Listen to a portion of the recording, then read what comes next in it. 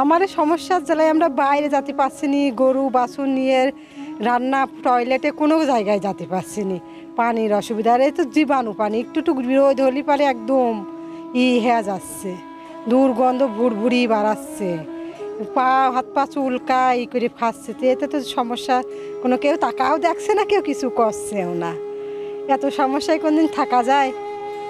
বন্দি হয়ে আমরা থাকছি, সবাই মা বাপের বাড়ি চলে যাচ্ছে। যারা মারে বাড়ি নি তারা কোন যাবি, আর যারা গরু বাছুর আছে তারাই কোন যাবি থুয়ে।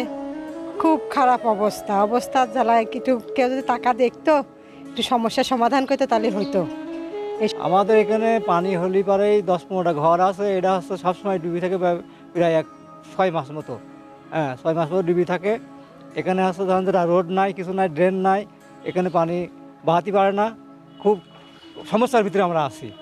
হ্যাঁ, খুব সমস্যার ভিতরে আমরা আছি। হ্যাঁ, এটা হচ্ছে আপনারা একটা ব্যবস্থা করার মতো। আমারে খুবই কষ্ট হয়েছে, রান্নাঘরে পানি, উঠোনে পানি, ঘরে উঠাই যাচ্ছে পানি এত। আমার খুব কষ্ট হয়েছে পানিতে। আমরা তো চলে ফিরে কাজ কামই তো ছেলেপেলে নেই, খাওয়া দাওয়ারই তো খুব কষ্ট। ছেলেপেলে কিচ্ছু করতে পারছে না এর ভিতরে, এত ইয়েতে কাজ কাম হয়।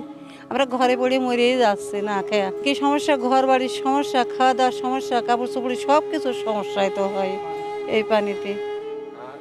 আরো হ্যাঁ, এই কথা শুনে না মনে, এ দেখো কি ঘাও, এই হাতে পায়ে ঘাড়ে সব জায়গায় ঘাও হয়েছে, এই ঘাড়ে হয়েছে। হয় এর একটা সমাধান হোক, ব্যবস্থা হোক। আমার এই রাস্তাটা যদি করে দিতে পারে, যদি পারো, যদি খুবই ভালো হতো। মানে আমার এই রাস্তার জন্যে আমরা খুবই কষ্টে আছি।